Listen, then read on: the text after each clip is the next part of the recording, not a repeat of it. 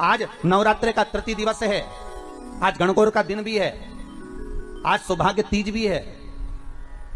ये जगत जननी जगदम्बा तुम्हारी वस्तुओं से प्रसन्न नहीं होती, ये जगत जननी जगदम्बा तुम्हारे आभूषणों से प्रसन्न नहीं होती, ये जगत जननी जगदम्बा तुम्हारे मेवे और पकवान से प्रसन्न नहीं होती, ये जगत जननी जगदम्बा केवल तुम्हारा भाव देखती है कि मेरा पुत्र मेरा बेटा ये संसार का मानव मुझे कैसे रिझा रहा है, ये मुझे कैसे मना रहा है। उसकी प्रसन्नता केवल एक भाव से।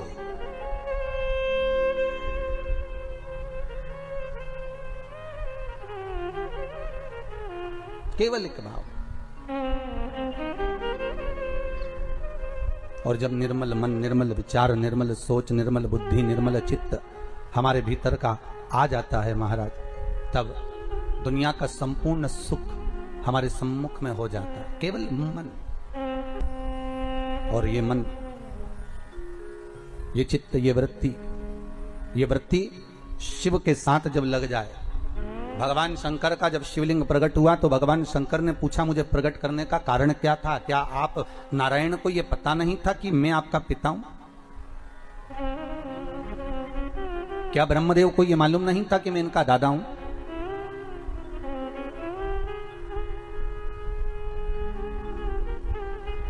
कौन है इस?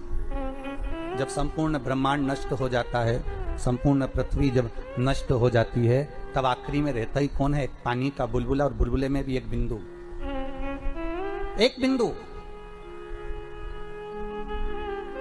कभी ब्रह्म कुमारी आश्रम में जाकर देखिएगा, वहां से अगर आप ज्ञान प्राप्त करेंगे तो वहां की बहन जी बताती हैं कि मात्र अगर इस संसार की रचना का केंद्र बिंदु कोई परमात्मा है तो एक बिंदु है, वो बिंदु कोई दूसरा नहीं, आद्य शक्ति भगवान शिव ही, शंकर ही। उस ब्रह्म कुमारी आश्रम में बताया जाता है, बहन जी बताती हैं कि ये बिंदु ही शंकर है, उस शंकर से ही सर्व जगत की उत्पत्ति है, उस शिव से, उस शंकर से, उस कैलाशी से, उस त्रिकालदर्शी से सर्व जगत की उत्पत्ति है। जैसे मकड़ी जाले को बना देती है और भगवान शंकर भी उसी तरह जाले को निर्मित कर देते हैं, संसार को निर्मित कर देते हैं। पर जब देखते हैं कि संसार के लोग मुझसे दूर हो गए, ये संसार के लोग भजन चित्त वृत्ति से दूर हो गए, इनके भीतर का अहंकार जाग गया है, अहमता जाग गई है, और दिन भर एक बात कहते हैं, मैं हूं, मैं कर रहा हूं। अगर मैं दुकान नहीं जाऊंगा तो काम नहीं होगा, मैं घर नहीं चलाऊंगा तो काम नहीं होगा, मैं फैक्ट्री नहीं चलाऊंगा तो फैक्ट्री नहीं चलेगी, अगर मैं नहीं होगा तो ये काम नहीं होगा। हर व्यक्ति के मन में केवल एक ही बात अड़ जाती है कि मैं हूं तो हो रहा है, मैं हूं तो होगा, अगर मैं नहीं होगा तो कुछ नहीं होगा। ना तुम्हारी फैक्ट्री चल रही थी, ना तुम्हारी दुकान चल रही थी, ना तुम्हारे घर में कोई कमाने जा रहा था, ना कोई सामान लेने जा रहा था। फिर यह बताओ कि तुम्हारा घर कौन चला रहा था? घर चलाने वाला वो आदिशक्ति भगवान शिव ही था, वो त्रिकालदर्शी, वो कैलाशी, वो शंकर ही था। भगवान शिव को दिखाना था कि ये मैं हूं, इसलिए रुद्राष्टाध्याय में आया, आकाश पताल सर्वस्व में कोई दूसरा नहीं। तलातल में मैं हूं, रसातल में मैं हूं, जलचर में मैं हूं, थलचर में मैं हूं, वायुचर में मैं हूं, तुम्हारी श्वासों में मैं रमण कर रहा हूं, तुम मुझे पहचान गए। फिर संसार सागर का कोई दुख तुम्हारे सम्मुख में नहीं आ सकता।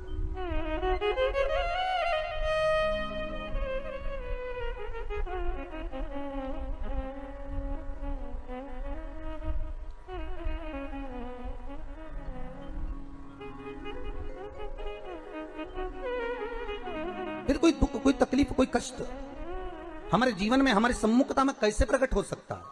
कैसे आ सकता है? आप अगर दिल से परमात्मा को रिझा रहे हो, आप अगर दिल से परमात्मा को बुला रहे हो, तो उस परमात्मा को तुम्हारे सम्मुख में होना जरूरी है। फिर वही बात आ गई, बच्चा घबराया तो पिता ने जेब में एक पर्ची डाल दी। वो पर्ची केवल उस बालक की जेब में नहीं है,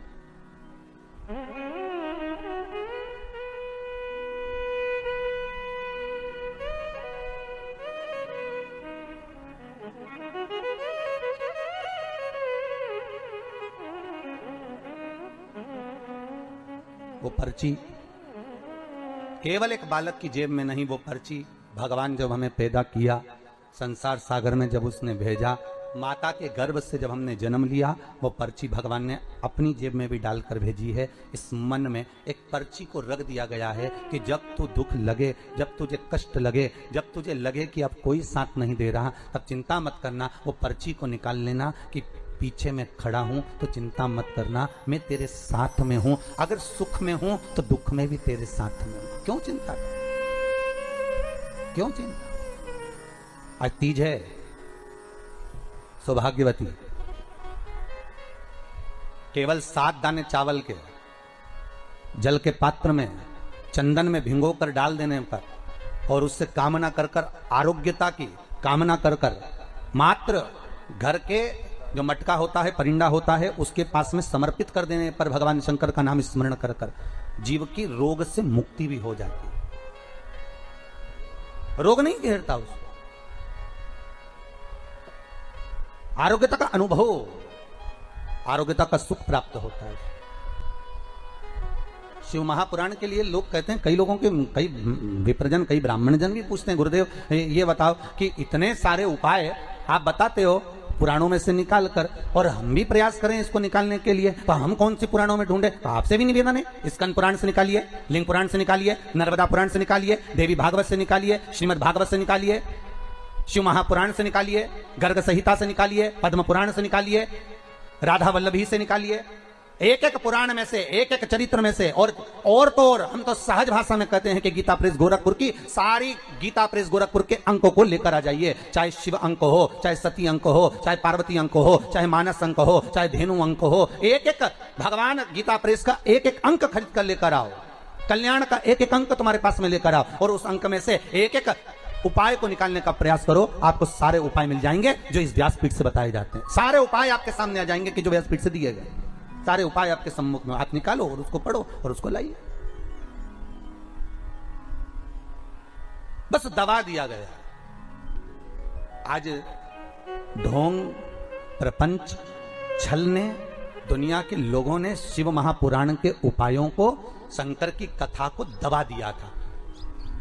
सारी पुराणें होती थी पर शंकर की पुराण नहीं होती थी महाराज, दबा दिया गया था। और शिव महापुराण को केवल जगत में लेकर आना चाहते हैं कि शंकर को दुनिया पहचाने, शिव की साक्षी को पहचाने। शंकर है क्या, शिव का अनुमोदन क्या है? दुनिया के लोग टीवी के माध्यम से फिल्मों का निर्माण कर कह देते हैं कि इस पर दूध चढ़ाना, क्यों चढ़ा रहे हो, गरीब बच्चे को दूध पिला दो, ऐसा क्यों कर रहे हो? उस शंकर को जगत तक पहुंचाना है कि शंकर पर दूध क्यों चढ़ाया जाता है, शंकर पर दही क्यों चढ़ाया जाता है, शंकर पर जल क्यों चढ़ाया जाता है, शंकर पर बेलपत्री का महत्व क्या है, शंकर पर शमी पत्र का महत्व क्या है, क्यों शंकर भगवान को शमी के वृक्ष का मात्र 7 फूल चढ़ा देने पर व्यक्ति की मनोकामना पूर्ण हो जाती है, क्यों कहा जाता है? उसको निकालो, उसको समझो, उसको पढ़ो, उसको अपने जीवन में उतारो।